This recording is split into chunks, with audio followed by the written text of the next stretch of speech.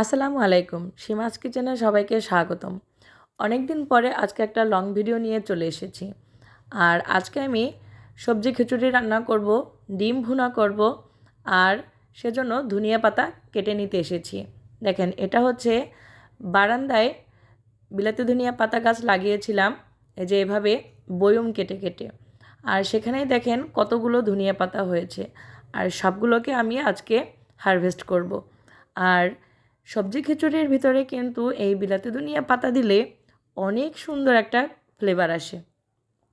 তাই চিন্তা করলাম পাতাগুলো যখন বড় হয়ে গেছে তখন এগুলোকে কেটে দেই, আবার নতুন পাতা গজাবে।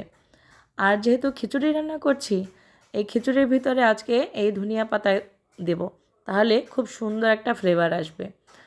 আর অনেক দিন পর্যন্ত লং ভিডিও দেওয়া হয় না, তাই চিন্তা করলাম আজকে আমি কি করছি সেগুলো আপনাদেরকে দেখাই, একটা লং ভিডিও দেই।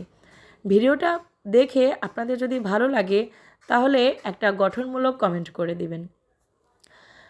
ভিডিওটা পুরো ভিডিও না দেখে ধাক্কা দিয়ে চলে যাবেন না, তাহলে কিন্তু আপনার রিস্কটাও কমে যাবে, সাথে সাথে আমার রিস্কটাও কমে যাবে। তাই ভিডিওটা ধাক্কা না দিয়ে পুরো ভিডিওটা দেখুন, তারপর একটা গঠনমূলক কমেন্ট করুন। আপনার রিস্কটাও ঠিক থাকবে, সাথে সাথে আমার রিস্কটাও ঠিক থাকবে। এই যে দেখেন, অনেকগুলো পাতা কিন্তু কেটে নিলাম। এখানে আমার 3-4টে ধনিয়া পাতার গাছ আছে। এই যে দেখেন, এখান থেকে কেটে নিলাম। তারপরে অন্য পাত্রেও কিন্তু আছে, মানে এরকম কয়েকটা পাত্রে আমি এই ধনিয়া পাতা লাগিয়েছিলাম। তো সবগুলো পাতা আজকে হারভেস্ট করব, যেগুলো বড় হয়েছে। মাঝখানে কিছু কেটেছিলাম, আবার নতুন পাতা গজাচ্ছে, তো যেগুলো বড় হয়েছে সেগুলো কেটে নিচ্ছি।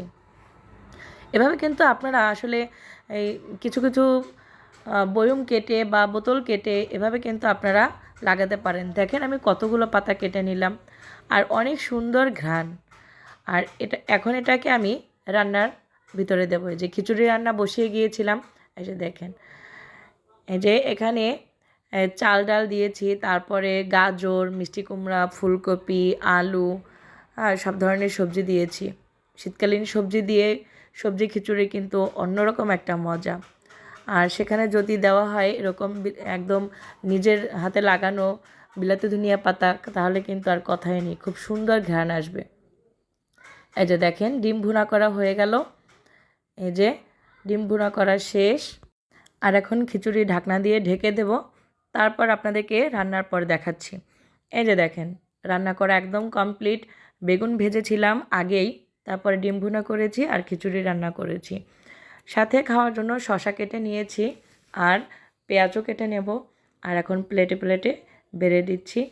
তো এই ছিল আজকে আমার রান্নাবান্না। সবাই অনেক অনেক ভালো থাকবেন। আর আমার পুরো ভিডিওটা দেখার জন্য আপনাদেরকে অনেক অনেক ধন্যবাদ।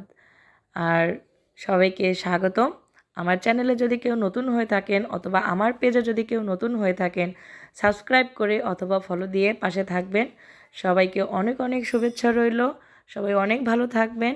যারা ফেসবুক থেকে দেখছেন তারা ফলো দিয়ে রাখবেন, আর যারা ইউটিউব থেকে দেখছেন তারা সাবস্ক্রাইব করে রাখবেন।